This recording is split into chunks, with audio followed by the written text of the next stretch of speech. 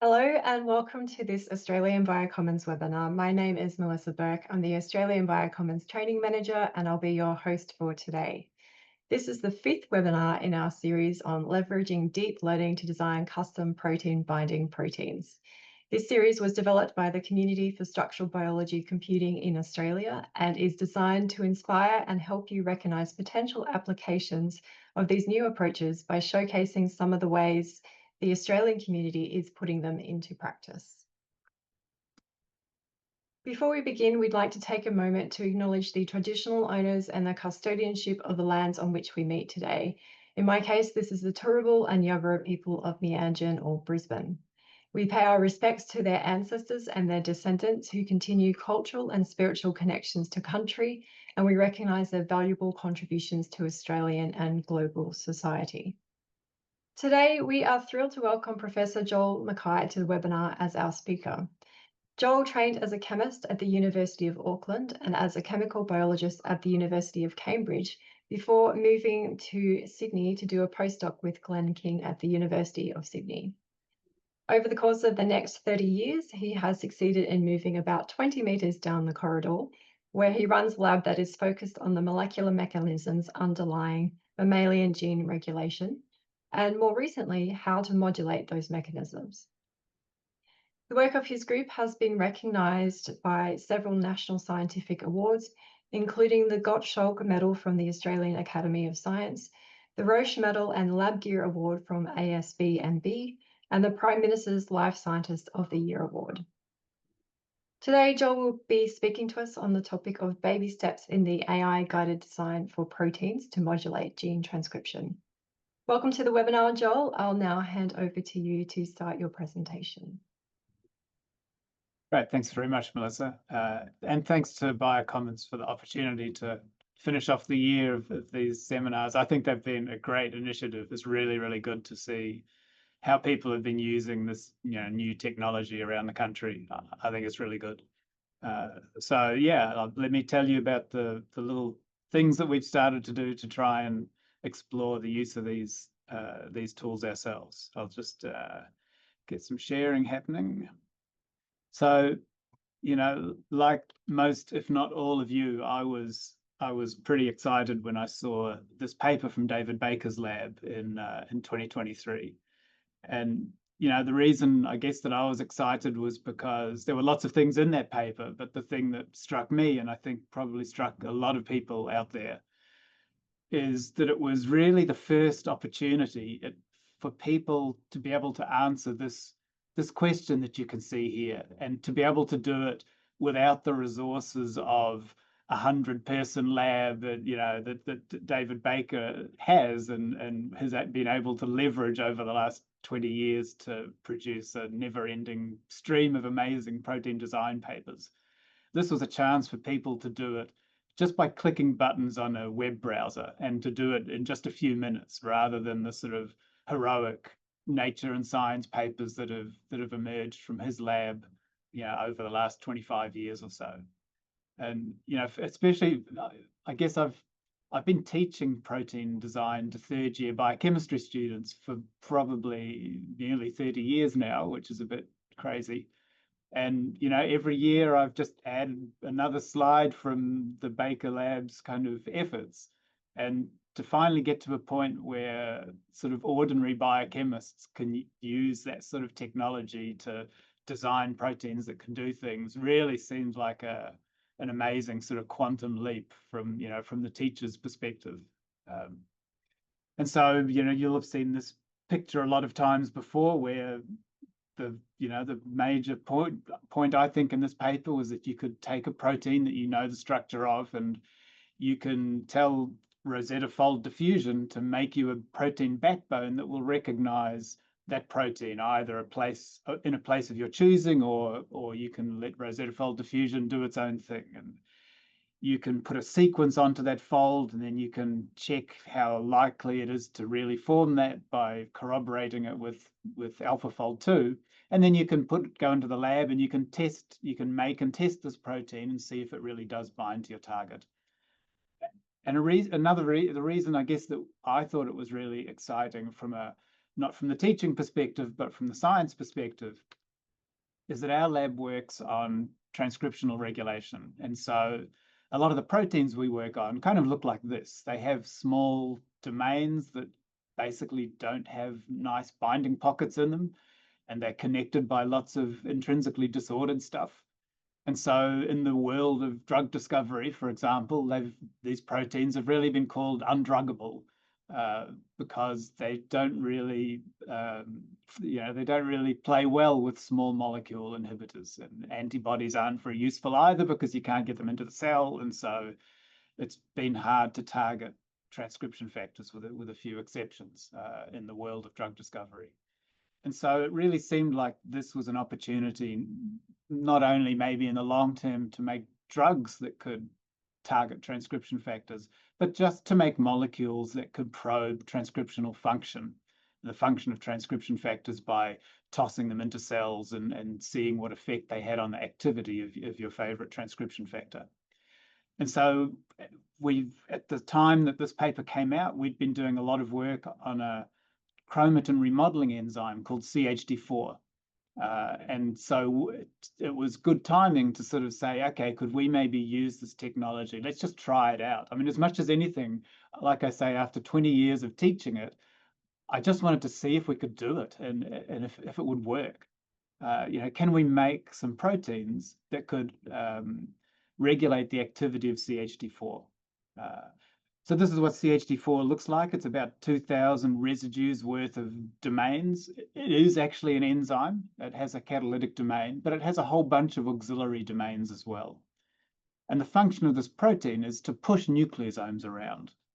And why would you want to push nucleosomes around? Well, this is what your DNA looks like. It's packaged up by these histone proteins into multiple layers of structure that we still don't really understand very well.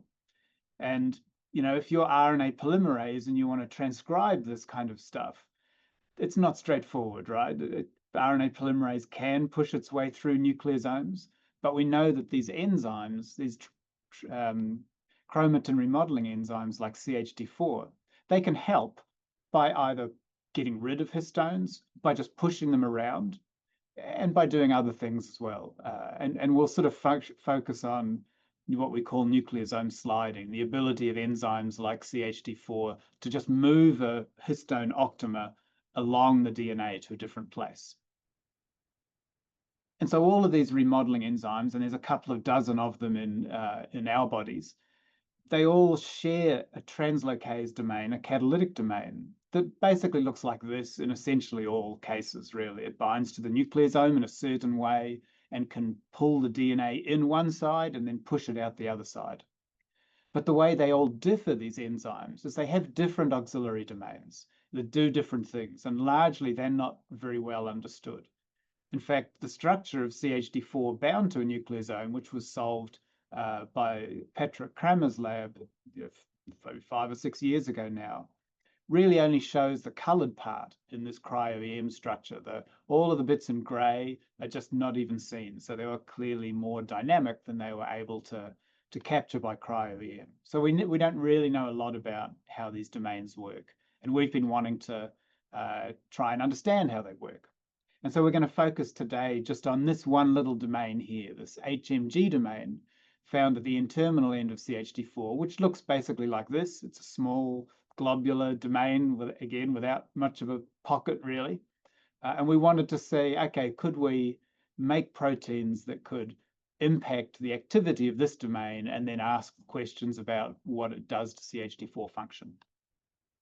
So Jessica in the lab had implemented a nice fluorescence assay for looking at CHD4's ability to push histone octamers around. And a lot of the work I'll talk about has been a collaboration with Rich Payne's lab here at Sydney, a peptide chemist who has helped us a lot in making sort of designer recombinant nucleosomes for a lot of the work that we've been doing in this space.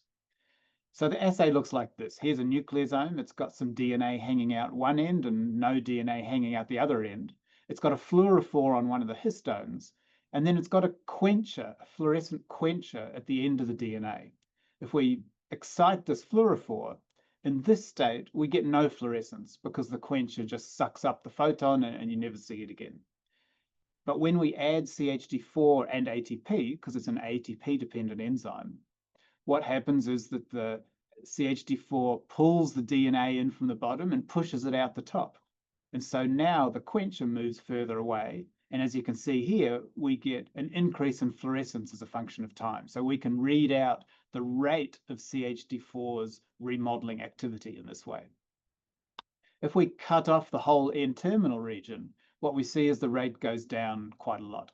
And so that tells us that either the HMG domain or some of these intrinsically disordered regions, or both, are somehow useful for the activity of CHD4. And so we wanted to understand more about what it might be doing and how they might be useful. And actually, to get a bit more mechanistic insight, one of the things we did was collaborate with Antoine Van Ooyen's lab, and Vishnu Paudel in his lab in particular, to design a single molecule version of the same assay that I just told you about. We've got a nucleosome, now it's on a glass slide. We've still got our fluorophore on the histone, but now we've got a FRET partner, a complementary fluorophore on the DNA. And if we irradiate this fluorophore, we get FRET and we get a nice FRET signal that comes out the other end. When we put in CHD4 and ATP, again, the DNA comes in the bottom, it goes out the top. And now we get a weaker FRET signal as the DNA moves further away and the fluorophore moves further away. And this is what one of these single molecule traces look like. At the start, we've got really high level of FRET because we're in this situation. And then after some period of time, it drops down when about 5 base pairs have been pushed out, and then it happens again. And so that's kind of what we see with wild type CHD4. If we chop off this N-terminal region, now what we see is it still starts off with high FRET, but now we get, not only do we get a bigger drop, so more base pairs being pushed out the end here, but then it goes back again to the start, and then it remodels again, and then it goes back again to the start, and so on. And so what we hypothesize is that this domain might somehow be acting like the pawl on a ratchet, which allows things to move one way, but then stops them moving back the other way. And so to explore that more, this was about the time this paper came out from Baker's lab, the Baker lab. We thought, let's try and just isolate the HMG domain by making something that binds to this, but doesn't impact these intrinsically disordered regions, and try and sort of isolate the activity of the HMG domain. Okay, so this was work done by Levi Yang, a PhD student in the lab, with a lot of help from Biswa Mohanty, our NMR facility manager, who helped with a lot of the NMR characterization that you'll see. So we started off small potatoes, right? So I sat down and clicked the button on the RFdiffusion diffusion site about 30 times and created 30 proteins with between about 70 and 150 residues. And we looked to see which ones of them had Alphafold predictions that best aligned with the RFdiffusion diffusion prediction. And we picked 6 of them. Actually, I've only got 5 in boxes there, but we picked 6 of them. And we expressed and purified them. Actually, this is just the overlays with the Alphafold predictions. You can see they all were predicted to form, by Alphafold, they were predicted to form the complexes that RFdiffusion diffusion predicted that they would form. So we expressed and purified them. One of them just never expressed, but the other 5, not only did they express, but when we ran proton NMR spectra of them, they were just superb. This is for anyone who's used to looking at proton NMR spectra of proteins. These are just super sharp and well-dispersed spectra that really say that these proteins are well-ordered and well-behaved in solution. And that's a theme that seems to emerge from not only from the stuff that we've done, from what I've seen from other people's talks as well. So we were able to make 15N labeled HMG domain and titrate in these binders, right? And here in blue, you can see what we call an HSQC spectrum of the HMG domain. And then in red, we can see an HSQC of the same protein in the presence of 1.5 molar equivalents of one of the binders, binder 10. And what you can see is almost all of the signals move. Each of these signals is one of the amide groups from one amino acid in the protein, and its position tells you about its chemical environment. So they're shifting because this binder is binding to the protein and changing the environment of a bunch of these amides and changing the lot. If we do the same thing with the other binders that we had, we can also see chemical shift changes. Now we're adding more molar equivalents to see some effect, which hints at weaker binding, but we're still seeing binding. And we're seeing largely the same residues undergo the biggest shifts. And then these are the final two of the five, and you can see the changes are even weaker now, even smaller, but still there are some residues shifting. And we're able to use these NMR titration data and more spectra that I haven't shown you to calculate affinities. And so for our 5 proteins, these are the affinities you can see here. The first one I showed you with the biggest shifts, that has an affinity of about 1 micromolar. And you can see the other ones are weaker all the way down to over a millimolar for this one here. NMR is actually a really handy method for measuring binding that's very weak. So that was kind of useful, certainly for some of these things.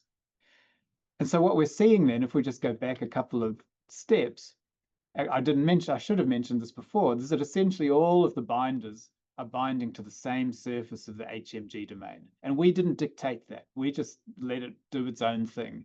But clearly there's something about this surface that is attracting Rosetta Fold diffusion more than any other surface on the domain. But they're not all pointing the same way. You can see they're all helical. We had some that had beta sheet in them, but these ones are all helical. But they don't necessarily all point, the helices point the same way. So there's something more intrinsic than just the shape of the surface. There's something about its nature that's attracting these binders. Okay. We can also do these titrations the other way around. 15N labeled binder 10, and we can titrate in the HMG domain, and we can see the same things, lots of chemical shift changes. And because we know which signal comes from which amino acid in these 2 proteins, we can collate the lists of residues that undergo the largest chemical shift changes in each of the 2 partners. And then we can put those into a docking program called Haddock and use it to calculate and use the Alphafold predicted structures separately of binder 10 and of the HMG domain, and use our NMR data to make a model of the structure. We weren't able to crystallize this complex. This was the best we could do with the data that we had, was to make this model, which you can see, which is shown in yellow and blue, of the HMG domain and binder 10. You can see it agrees perfectly well with the Rosetta Fold diffusion prediction. So, you know, this not only were these proteins well behaved and able to bind, but they were binding with the binding mode that was predicted by Rosetta Fold diffusion. So really, it was from a structural perspective, you know, a complete success. And even the weaker binders were binding in the predicted way as well. I haven't got those models shown here. And then, of course, the last question that you want to ask is, do they actually do anything? So we go back to our assay here that I talked about before, not the single molecule one, just the one in bulk solution. And Levi worked with Lucy in the lab, who's been doing a lot of these chromatin remodeling assays with CHD4. And when he tossed in this binder 10, the one that had the 1 micromolar affinity, what we can see is a reduction in the rate at which CHD4 remodels this nucleosome. Now we've got a big excess of the binder in here, but it's only got a weak affinity. So yeah, we just wanted to see if anything was going to happen at this stage. If we toss in even more, like 500 micromolar, we get a further decrease in the rate of CHD4. So it's concentration dependent, at least in this range. So that was pretty cool. Not only were we making these things that were able to bind to the HMG domain, but they were binding in the predicted way, and by binding in that predicted way, they were impacting the ability of CHD4 to remodel chromatin. What we want to try and do now is get into the single molecule assays and see if we see an effect, see what sort of mechanistic effect that we see. But we haven't haven't done those assays yet. That's certainly on the cards. And if we looked at if we did the same thing, that is add these binders into this assay, but for the other binders, the weaker ones, if we look at the effect that they have on the rate, here's our CH4 alone. This is the rate at which it remodels. And you can see the rate goes down and down again when we add more of the binder 10. But if we add binders 15 and 20, which have much weaker affinities, you can see that we don't really get an effect on the rate of CH4 activity. So everything makes sense, right? It's concentration dependent, it's affinity dependent. So it all seems to hold up pretty nicely. So that was pretty cool. Yeah, and I think I basically said that. So now, of course, this was, as I said, this was small potatoes. And, Li Wah said, you've done 30 predictions. I think I'll do, I don't know, 50,000. And so he clicked the button, perhaps not quite 50,000 times, but enough times to generate 50,000 potential binders for the HMG domain. So a misspent youth playing Fortnite, it finally came in handy, I think. And so what he did then, with the help of Ivan, who was an intern student coming from the Netherlands for a year in the lab, was to take these 50,000 predictions, rank them using the statistics you'd imagine, how well the complex is predicted by Alphafold diffusion, by Alphafold rather, how good do the stats look for these complexes, and make a selection of them. Now we had, in this prediction, its round of predictions, Li Wah allowed Rosetta Fold diffusion to make proteins that were anything from sort of 60 residues up to 150 residues. And so we basically took the 15 top proteins from each of these kind of bins of size. And then Ivan basically made that total of 60 proteins to see, for us to test, what impact what they did, basically, right? Was this going to be any better than doing 30 predictions? And so with this total of 60 proteins of these different sizes, Ivan essentially ran an enormous number of gels and did an enormous amount of SPR, and found of those 60 binders, potential binders, 59 of them could be expressed and purified. I mean, to me, that's almost as amazing as any of the other results, right? That these are 60 amino acid sequences that have been dreamed up by this Rosetta Fold diffusion program, and essentially all of them express and purify and are pretty well behaved on the scale of things. Lots of them express, not all of them, but a lot of them express it enormous kind of with enormous yields. So then the question of being able to make proteins that are folded and stable is pretty much solved now, I think, at least for sort of soluble proteins. But what you can see from the SPR is that most of them didn't bind to the target. This is testing the binding of each of these each of these proteins to the HMG domain. So we had 9 that showed binding. And that's 9 out of 59 that expressed, which is about 15%, which is kind of not that dissimilar from what's reported in the Baker Labs paper. So it's sort of on a par with that. I mean, remembering though that from the work that we did with those first binders that I've just told you about, essentially all of them bound, not 15% of them, but most of them are binding with really weak affinities, as I mentioned. And so I think in a way the Baker Lab have sort of possibly sold themselves a little bit short in their paper, right? I think their success rate is actually much better than they said in the paper. It's just that lots of the things, even though they bind to the predicted surface, don't have very high affinities, and so they wouldn't have detected the binding in their SPR screens, I suspect, or whatever their primary screen. I think it was their SPR screen for binding. So I think they've done a lot better than those the SPR in that paper suggested. It's just the affinities aren't that great.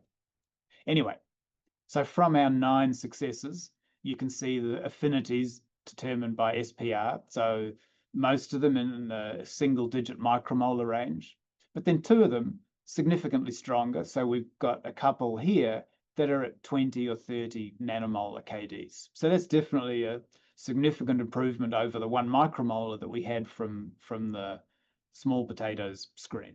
And a lot of this SPR was done with Dan Clayton's help in the core facility for at Sydney Uni, Sydney Analytical, that runs these instruments. And also with the help of Jordan and Milad, 2 postdocs in the lab, Liwai was able to solve crystal structures of these 2 with the higher affinities. They both bind again to the same surface of the HMG domain that all the other binders have bound to, and essentially almost all of the binders in the 50,000 that Liwai predicted. So it really is some sort of privileged surface for binding. And you can see they both agree very closely with the Alphafold predictions, which are shown in light and dark gray. Now, both of these binders are about 140 to 150 residues or so in size. And so what do they do in our assay?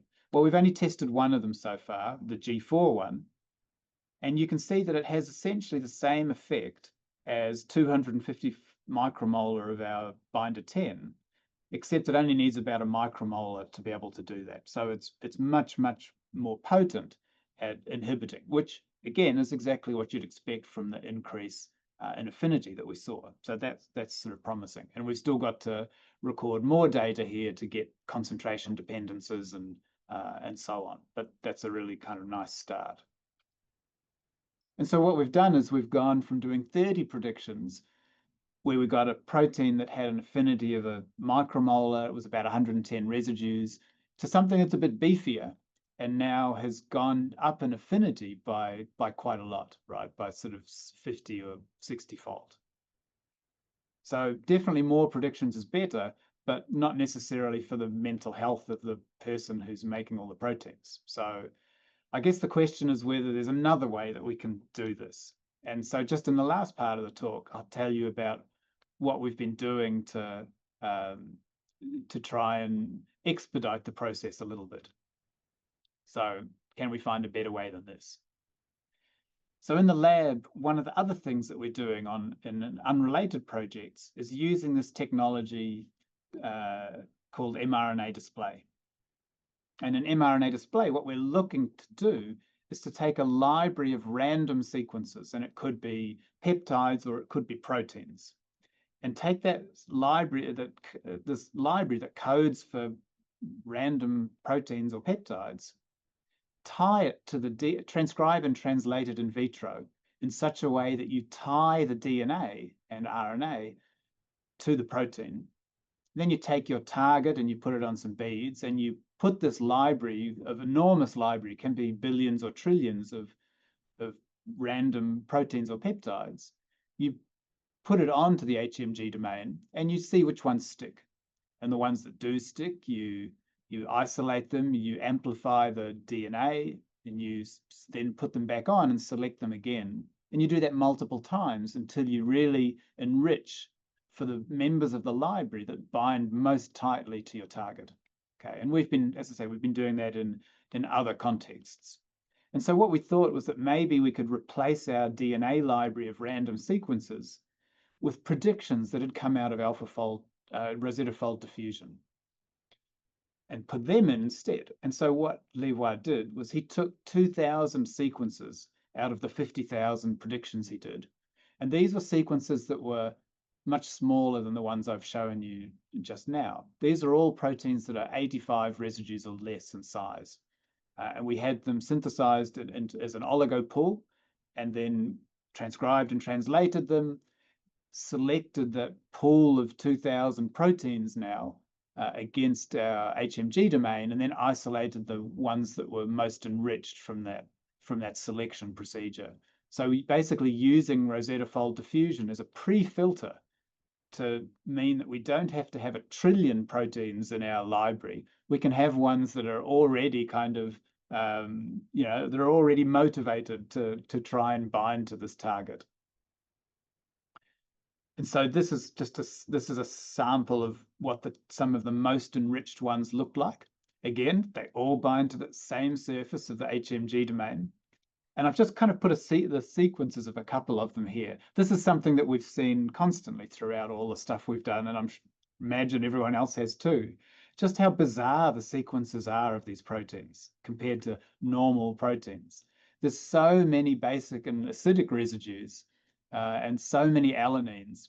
They really kind of, RFdiffusion diffusion has really picked up on elements from the protein structure database that it thinks are really good at stabilizing protein structures, and it's done a pretty good job, you know, as we can see. Okay, so we took these 10 most enriched ones. Most of them were 65 to 85, and a couple were 50 to 65 residues.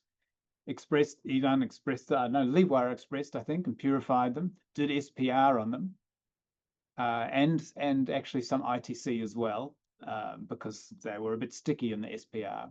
And this is what he found. So the small one, which was here, it didn't actually end up binding in a reproducible way. And from the ones that were larger, we got a huge range of affinities in the end. But the jewel in the crown, I guess, was that one of them came out with a sub-nanomolar affinity. So it's about half a nanomolar, this one, which is this one here.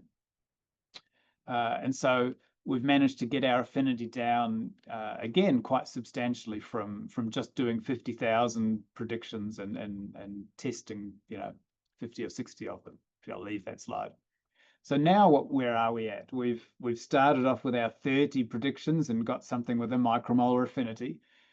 We got a better affinity, perhaps not surprisingly, you might think, by increasing the size of the protein that is that's binding to the HMG domain. But now this one here that has the best affinity, so it's at least another 20 or 30-fold stronger than this one that we selected here. It's only got 85 residues. So that's a pretty good affinity, I think. I mean, a pretty strong affinity for two proteins that are both about 70 or 80 residues in size. So it really does look like this kind of strategy of pre-selecting a library that you then use in an experimental screen, like mRNA display, or you could do it by phage display or yeast surface display, and there are other methods as well. Could be a nice way of shortcutting the need to make 50 or 100 or however many 100 proteins that you want to make. The caveat, I guess, is that this mRNA display is actually quite a challenge to get going. It took some real experts a long time to get it up and running at Sydney. And so some of these other approaches might be a more straightforward way of doing the same thing. And at this point, we haven't actually tested our half nanomolar binder in our remodeling assay, and that's something to come soon.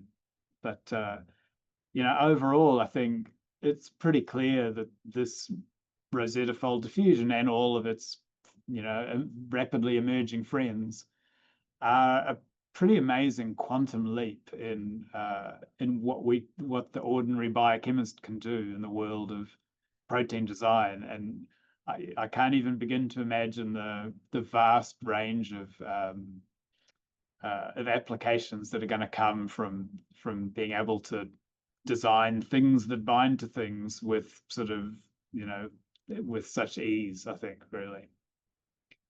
And that's about, I think, where I'll finish. I've kind of talked about who did the work as we went through. And so, yeah, happy to take any questions, or people happy to feel free to email me afterwards if they've got any things they want to discuss or talk about. So, yeah, thanks very much. And thanks again to Biocommons.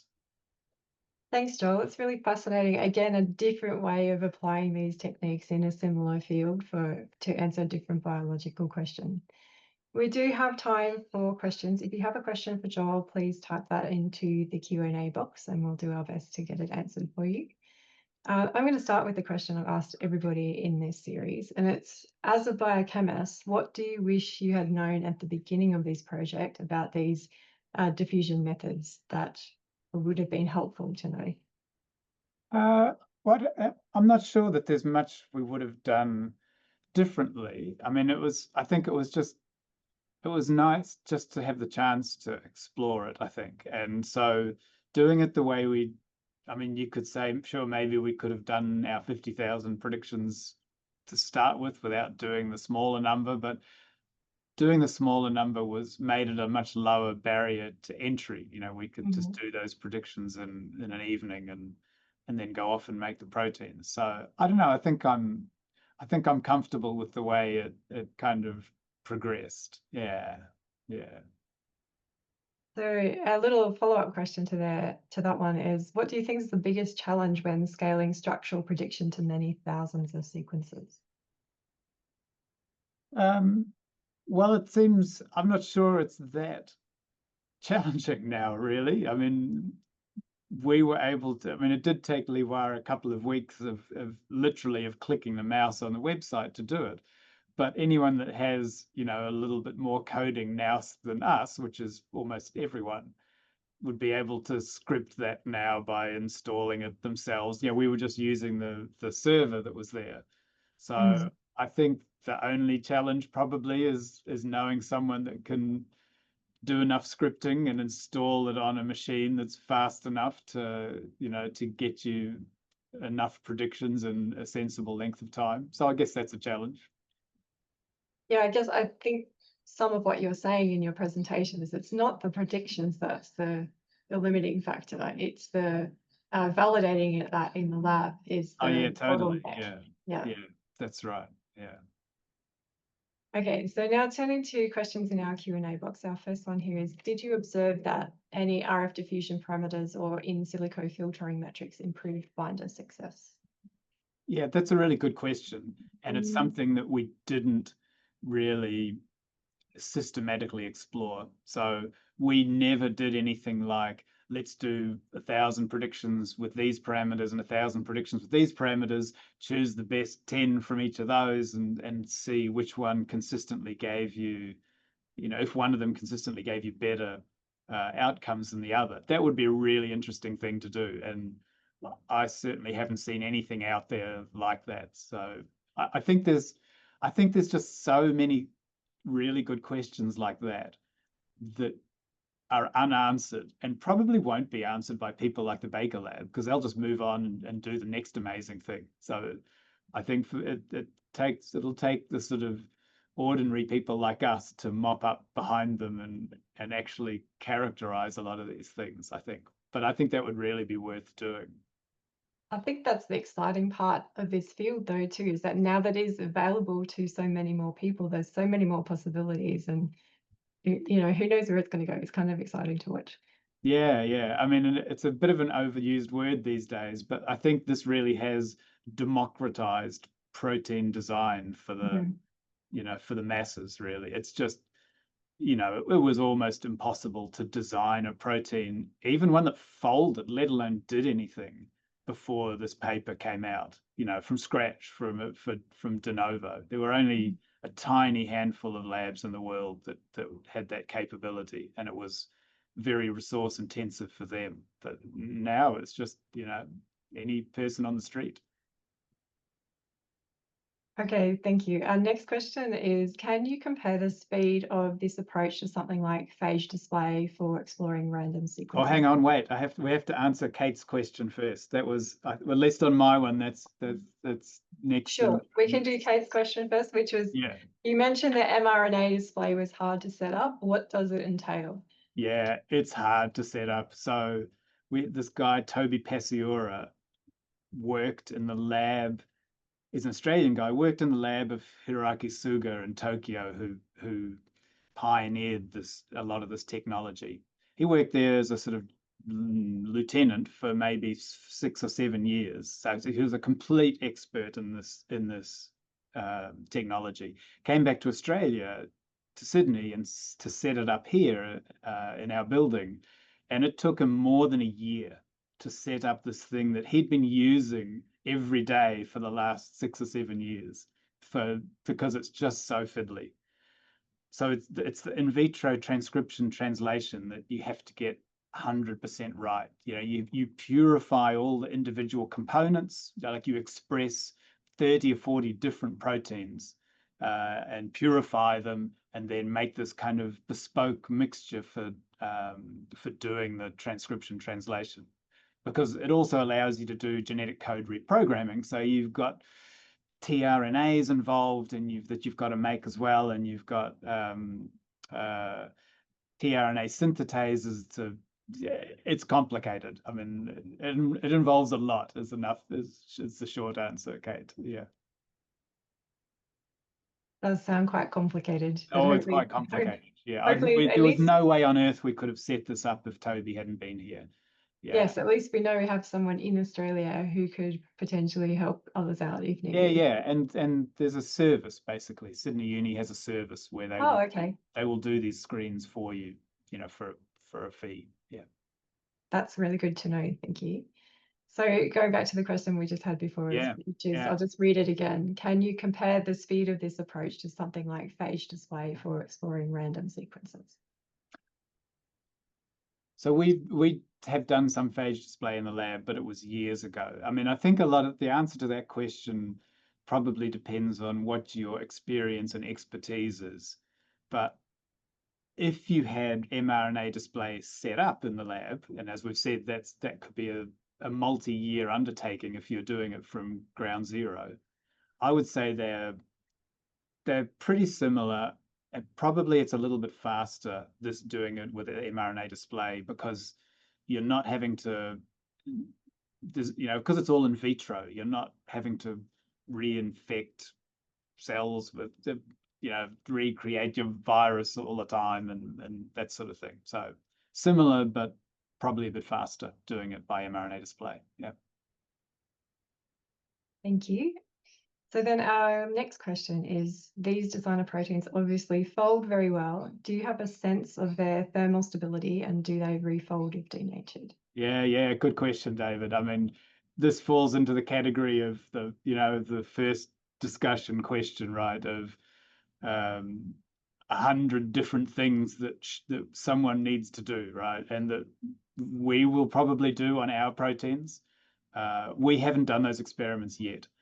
If I had to predict, I would say that they will be super good folders. And I would also say they're probably going to be pretty stable, just from how well almost all of them express in E. coli. They seem pretty well behaved. But that's definitely something that we want to do, since we've now got, we've got close to 100 of these small proteins now that we've got cloned and expressed. And so this should be bread and butter for someone. There's an honors thesis, just sitting there waiting to be executed, I think. The other thing that we're interested in is dynamics as well. So we've got some preliminary indications that these proteins might actually have a lot of conformational dynamics. That's just like a starting thing. I wouldn't hang my hat on it yet, but that's going to be that's something that we want to explore, to see whether they have more or less conformational dynamics than your average native protein. Yeah, I think there's a lot to do there. And if we don't mention, how much do the oligos cost? Yes, so in total we bought the oligos that we did that last screen with the mRNA display screen, and then of course we bought the oligos for the 60 other proteins that we tested before that. It was of the order of somewhere between $4,000 and $8,000, I think, roughly, to make the pools, to make the oligo pool, and to make the end of the larger ones as well. So it was probably about $4K, if I had to put a number on it, to make the oligo library. Yeah.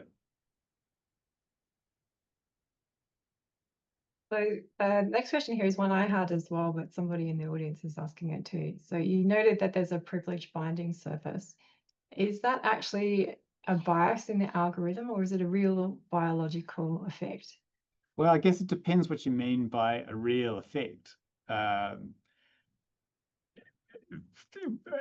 can't say whether there's a bias in the algorithm or not, but we've noticed this for quite a few targets that we've tried. I mean, we haven't done anything that's gotten to anything close to the stage that we're looking at here. We've looked at here, but certainly when we do multiple predictions for quite a number of the proteins that we've subjected to Rosetta Fold diffusion, we are seeing the bulk of them bind to one particular surface. And, I think, again, that's adding to the list of interesting things to do will be to try and ask the question, what is it that's different about that surface? Or is there something that's different about that surface? I mean, like you say, if it's a bias in the algorithm, then it's going to be a waste of time to try and investigate that, because we're not going to be able to answer that question.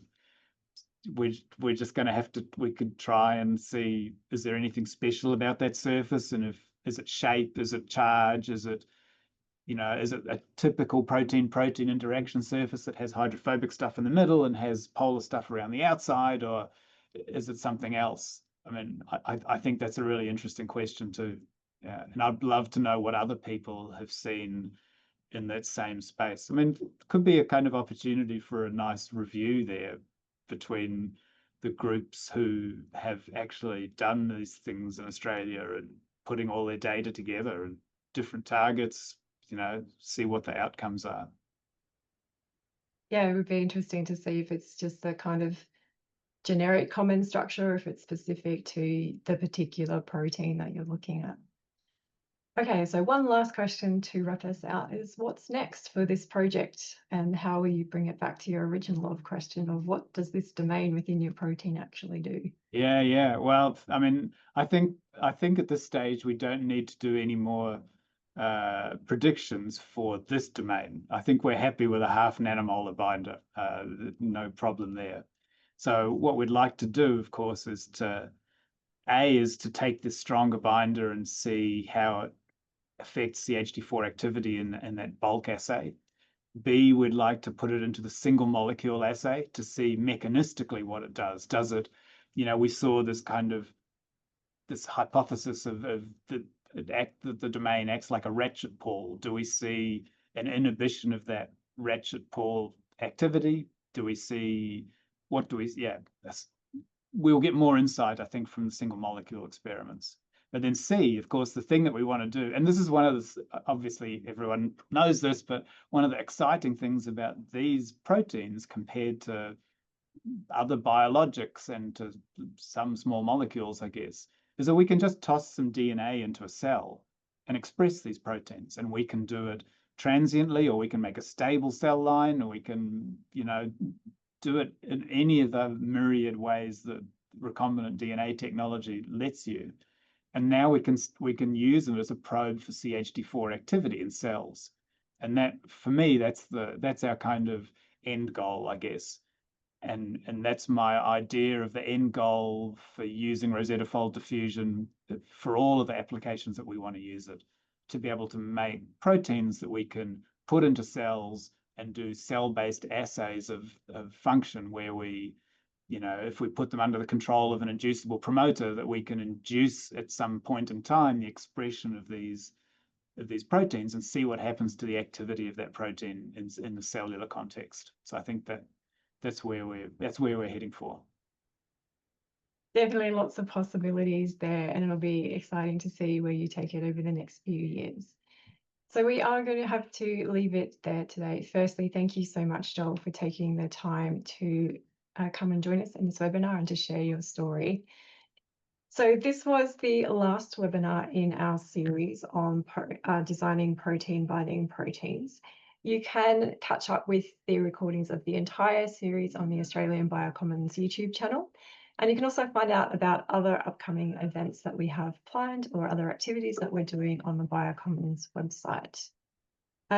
If you would like to continue the conversation about designing proteins, and not just the protein binding ones, you can consider joining the Australian Structural Biology Computing community. They have regular meetings, a Slack group, and lots of different things happening in that space as well. Again, the link to the community is going to be popped into the chat for you so that you can grab that at your leisure. So thank you once again, Joel, and thank you to everyone for joining us today. As we leave, I will acknowledge that Australian Biocommons is enabled by NCRIS via Bioplatforms Australia funding. It was great to see you in these webinars, and we hope to see you again soon. But until then, goodbye for now and enjoy the rest of your day.